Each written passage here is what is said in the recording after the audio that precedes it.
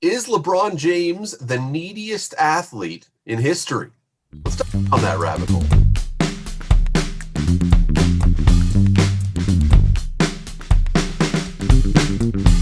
Moments after the Los Angeles Lakers won their NBA championship the other day, in all the celebration, one comment really stood out, I thought, as very odd. And that was LeBron James, a guy most people consider, if not the best, maybe the second best, certainly in the top 5 greatest NBA players of all time.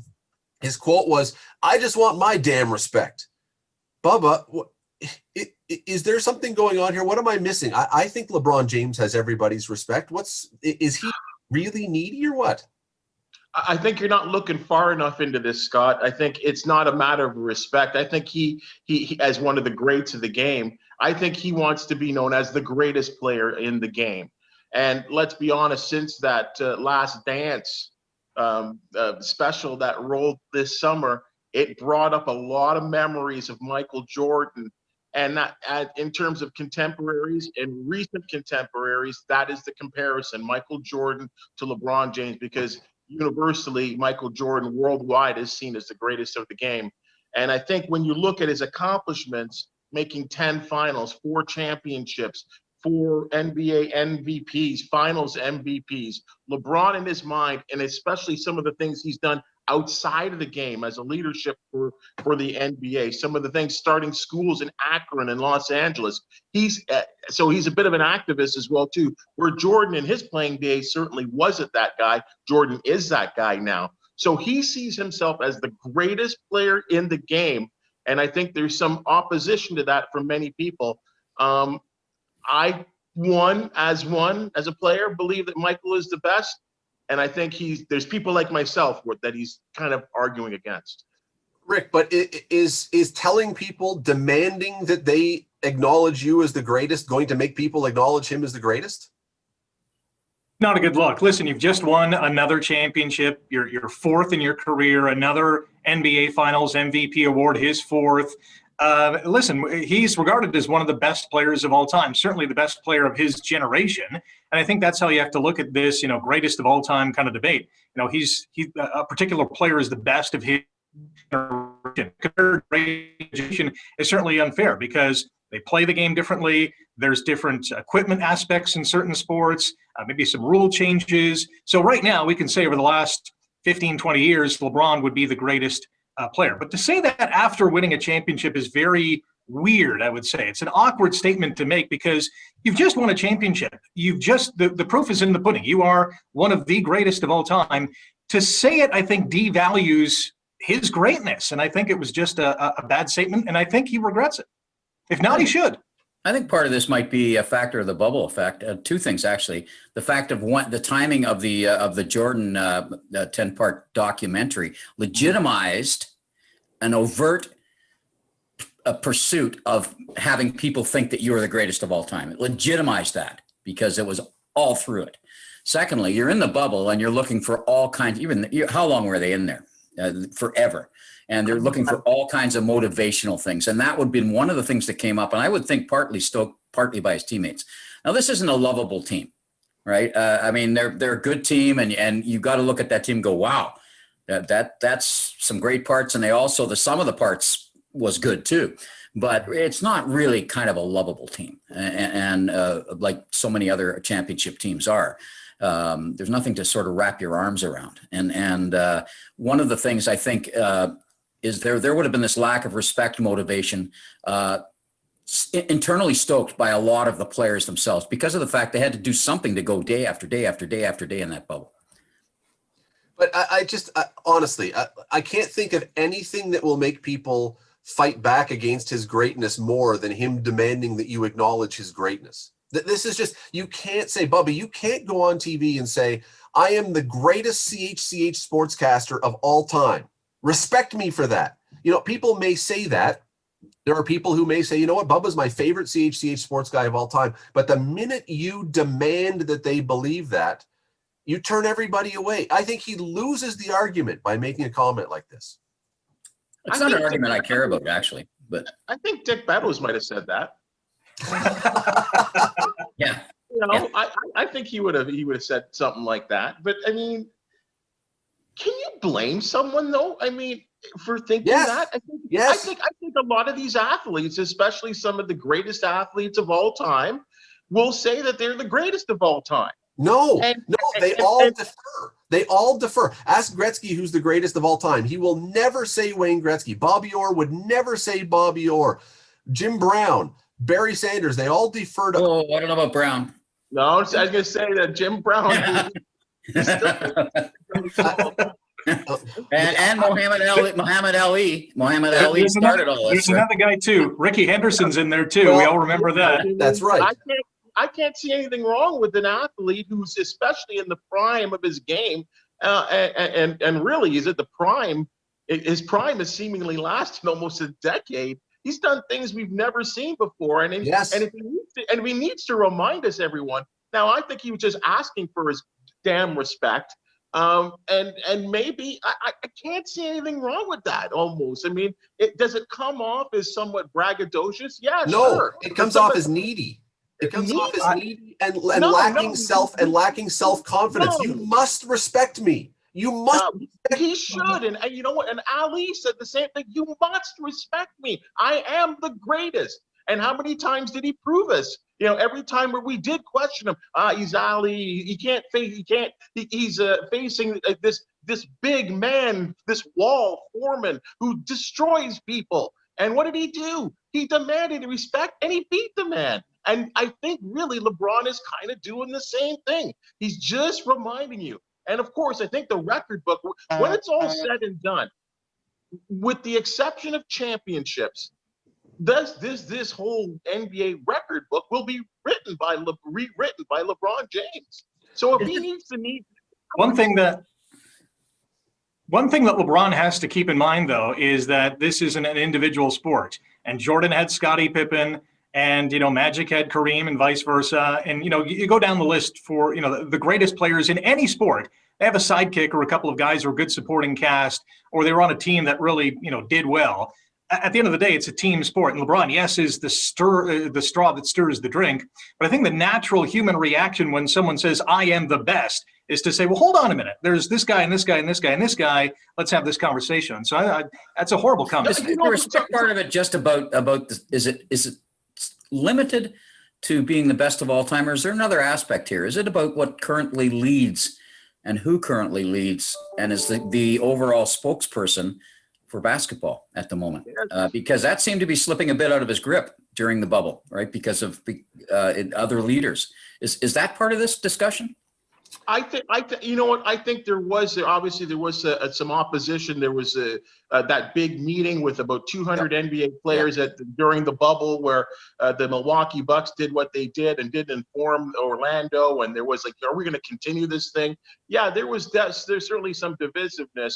But I would think, to a man, if you asked anyone in the NBA who's the leader of the group, and I think Ramon James would be the guy every single time.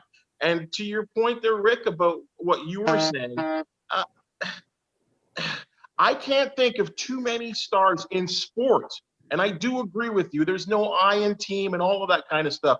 But I can't think of too many people in sport where one man, and I'm going to throw Michael Jordan into this because, yeah, he had sidekicks as well that he needed to get to that 6 championships. But no man has willed a team and done more by himself.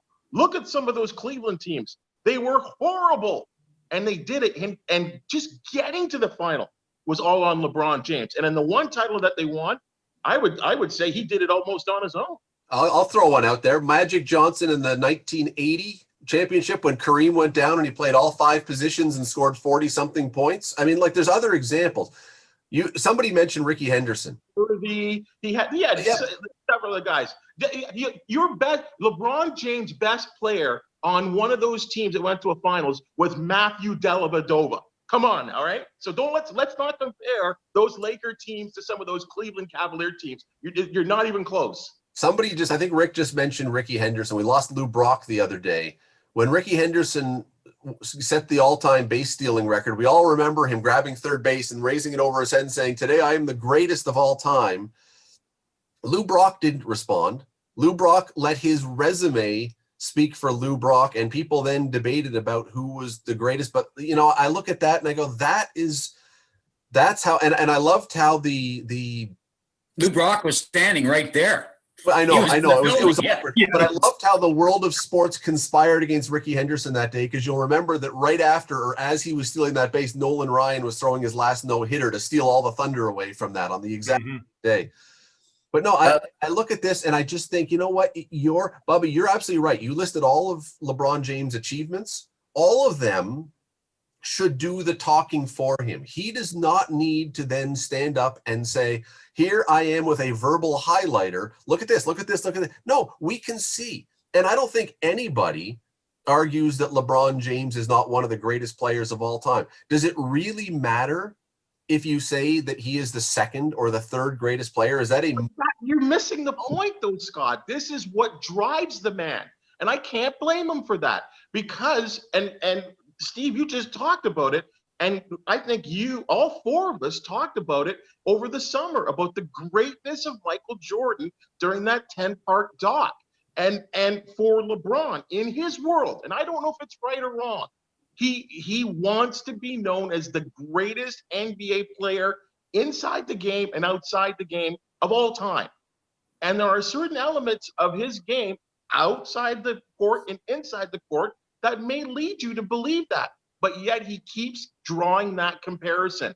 And it pushing it and pushing it and shoving it in your face is going to turn people away from... No. Because many people in the media like us keep saying, who's the greatest player of all time? Agree. Exists, right? No, I agree. I agree, but I'm saying when LeBron insists over and over that he must be considered the greatest, I think he turns people into thinking, I don't really like the idea of that. I think it becomes, as I say, I think it becomes an awkward argument to make, and people start going, I'm not sure. Yeah, it'll go away like so many of these do with the sands of time, and the sands of time flow very, very quickly. And a lot of it will depend on what he does in the next little while on leadership. If you want to look back at figuring out who's the greatest of all time, one of the things you might tend to do is say in their time, which player would you say I'm starting a team around? In their time. I don't think there's any comparison between Jordan and LeBron on that one, because LeBron, 2 teams have started around him, maybe 3 if you count the Lakers. So, and that won the championship. So I don't think there's any argument there. I mean, because Michael never really had a chance to prove that. Who would you start a team around? The team grew up around him, but we've got classic evidence of a guy you did start a team around. Now, part of it is the charisma that got him and the leverage he had to get other good players there. But if you look at that argument, by that measuring stick, though, Steve, and I don't disagree with you at all. I think that's the way to do it. By that measuring stick, neither of these guys are the greatest player of all. Well, there's a couple of other guys for sure. Yeah, Wilt Chamberlain, based on who he played against and his contemporaries, no one was as dominant as Wilt Chamberlain. Wilt's right there for me. But he's not the greatest of all time. Chamberlain is not the greatest of all time. It's one of these 2 guys. And it's Magic Johnson, but that's beside the point. I think Magic's down the list on that. But you're wrong there. You're wrong there as well too, and because Magic even says it himself. Here's the thing: he's gracious. He's gracious. He could say, "Respect me," and you would say he's now got to be the greatest. This is the problem with this position LeBron took. Here's the thing. I think this is deeper. And I'm going to leave this to the 3 of you guys, and I'm going to shut up because I've been talking way too much. About freaking time. I've been talking way too much here today, because I think there's people like the guy right beside me that is very, very bitter. There's a bitterness that runs within the guy beside me and others, people in the media as well too. From the time LeBron left Cleveland and did what he did on that ESPN special, there's been this sort of, I won't go as far as hatred for him, but there's a bitterness towards LeBron for what he did when he did that ESPN special and went to the Miami Heat and said, we're going to win 3, the 4, the 5, the 6. That resonates with people, I think, especially in the media, and people won't let go of that. And that's the reason why people are still nitpicking at LeBron James. Well, it's hard to love him. From that point on, it was really hard to love him and embrace him. Like I said, the Lakers are not an embraceable team. And he's sort of at the core of that. I would agree with that. And I don't disagree with Scott. I mean, people are going to look at this and go, I don't know about needy. I think needy is a word that we don't see much anymore, especially when we talk about NBA. I mean, clearly. Not financially. No. No, that's for sure. Anyway, but listen, this is a debate too that I'm sure LeBron has clearly realized that he's in the top, and as you mentioned at the top, in the top 3 or 5 of all time. What does it matter if he's number 3 as opposed to number 2 or number 1? I know all these athletes, Tiger Woods is a great example, wants to be the best of all time. But there's very few, Ali's was one of them. Certainly LeBron, as we're seeing now, one of them. Ricky Henderson is there. There's very few pro athletes that are going to put themselves out there to say, I'm the greatest, I'm the best. I think they always defer, and they don't want to, make a mockery of the players that have gone before them, that have laid the foundation in their respective sports. I think they're respective of that. I'm sure he's been asked. Does anyone remember when Tiger Woods was asked who the greatest golfer of all time was? I think he's always said Jack. Yeah. I think he's always said Jack.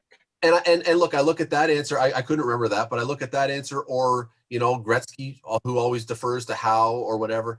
Is LeBron James more competitive than Wayne Gretzky or Tiger Woods was? I don't. I think Tiger actually there was a part of his career, especially when he was on his decade-long roll, where I think he left that question open, and I think that he would bring up reasons for himself. Now, with the injuries and stuff that went on in his life, I think he has taken a step back now and said that. But in the prime of his career, Tiger believed he was the greatest of all time. What do you think? It's a great heated debate. Is LeBron James overdoing it by demanding respect? Should he just let his resume do the talking, or does he need to stand on a podium and remind people of how great he is compared to Michael Jordan? I want your respect. Is he right to demand the respect? What do you think? Our Twitter handles have been on the screen. They'll be up again. We'd love to hear from you. By the way, subscribe down below. Hit the notification button so you'll get these videos sent to you as soon as we do them. We'd love to chat with you again. Have a great day.